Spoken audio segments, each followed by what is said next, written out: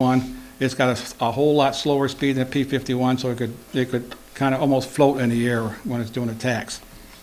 That's my favorite airplane, by the way. Some of his duties would have been including, some of his duties were to repair airplane engines, which didn't need an awful lot of repair, but mostly he was also a crew chief on the P-61s. Those duties include checking all fluids, making sure the hydraulics were filled, making sure the tanks were filled with gas, making sure the tires had sufficient air, the flight controls, the weapon systems. These are all things that Joe would have taken care of before the flight crew got there. So when the flight crew got there, all they had to do was basically walk around the airplane, make sure the ailerons and the rudders and things were moving. They were just checking for leaks. So that's pretty much what he did.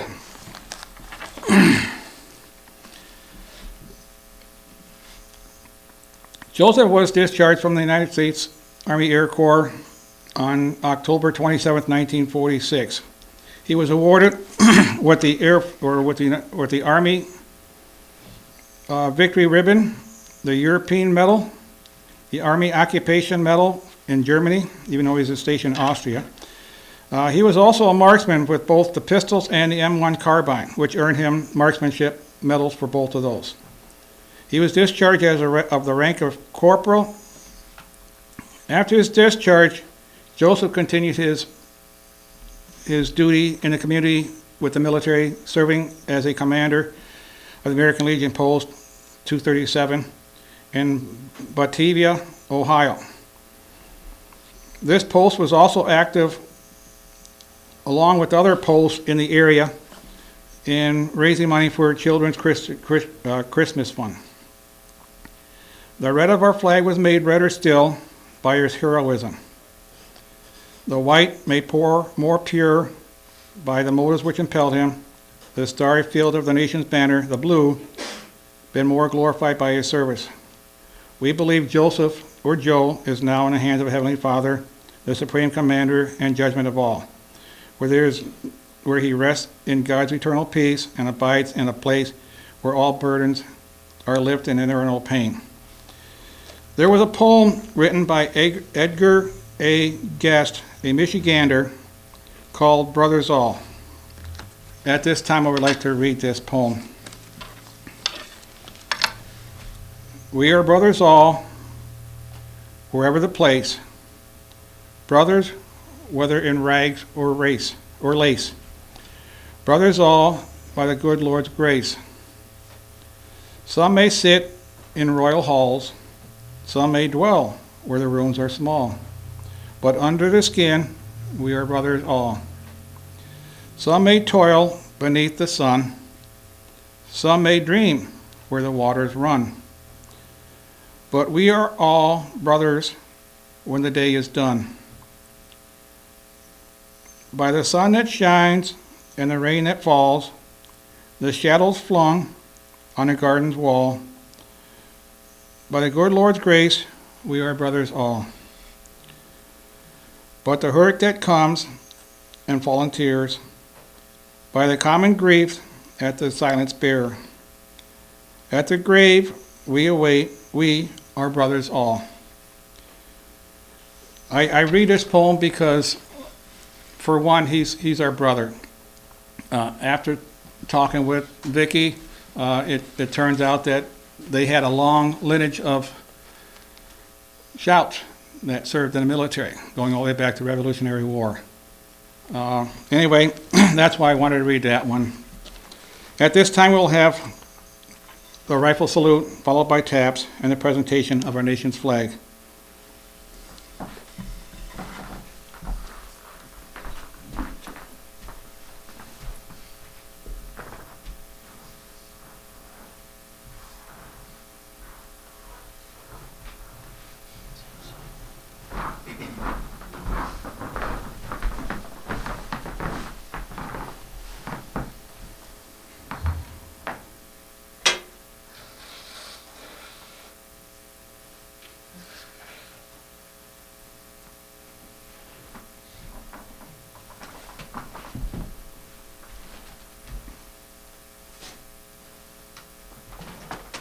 For those of you who can stand during the playing of taps and render the same respect as that you would during the playing of the national anthem.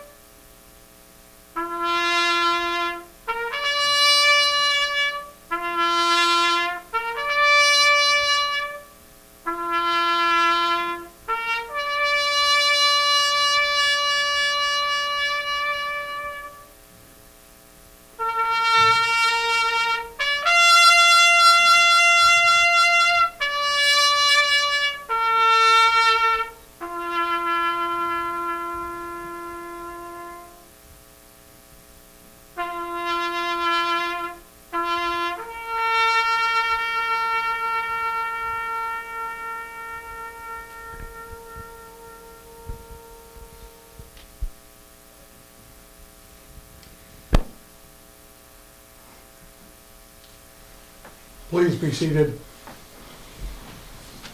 That's unlucky, I'm not able to do something, huh? That's all right.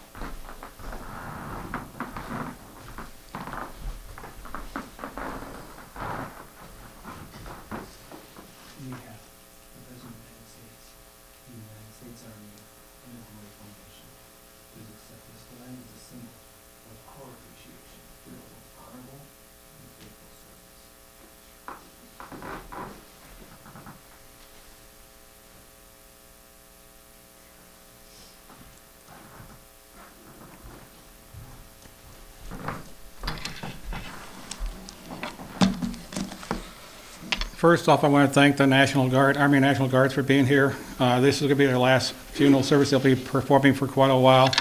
They will be deploying here for someplace we can't talk about, but we need to kind of keep them in our prayers and our thoughts while they are out defending our freedoms. There are many traditions observed at military funerals: the folding of the flag, the playing of the taps, and the rifle salute. All have significant meanings. The rifle salute dates back to Napoleonic Wars. The tradition comes from a traditional battle ceasefire. The opposing sides would clear the battlefields of the dead and wounded and take care of them. The firing of 3 volleys indicates that the battlefield has been cleared and both sides are ready to resume the fight. Today, after the 3 volleys, 3 casings will be placed into the folded flag. This is a reminder that we are to carry on in Joseph's behalf and to face the challenges that may confront us in life.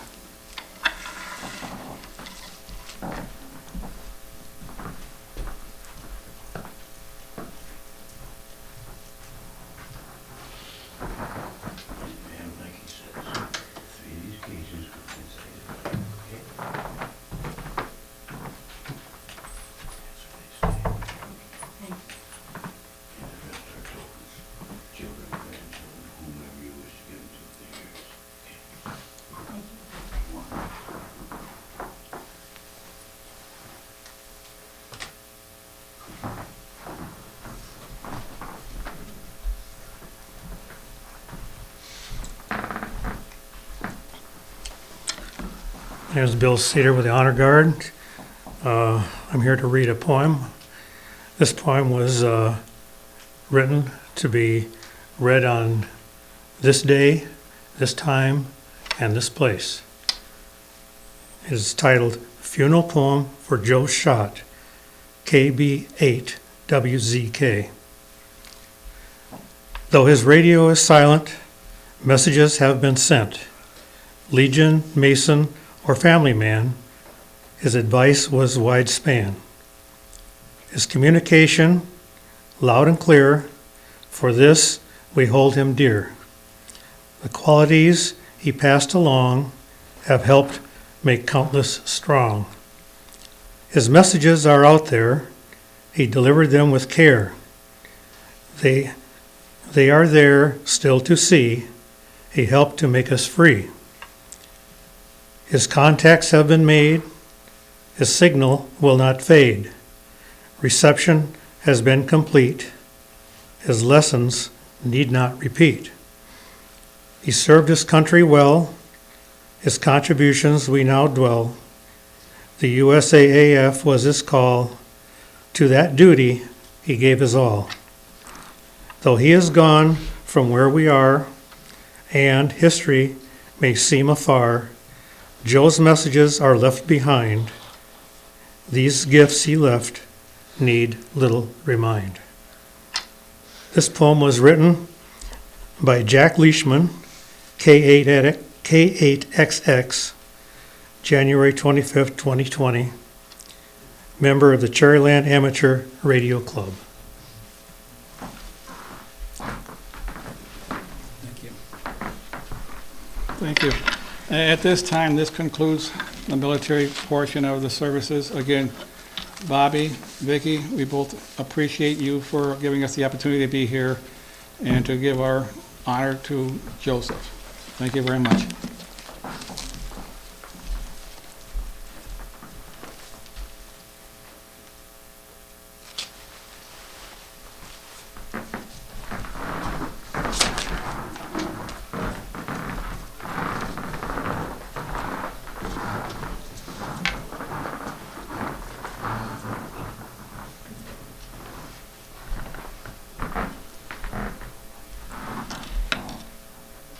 This concludes our celebration of life for Joe. On behalf of the family, I'd like to thank you all for being here. I'd like to thank Brian. I'd like to thank all of those who participated. I'd like to thank the military for honoring Joe's service. And I would ask you all, as mentioned before, Joe is a very dedicated man.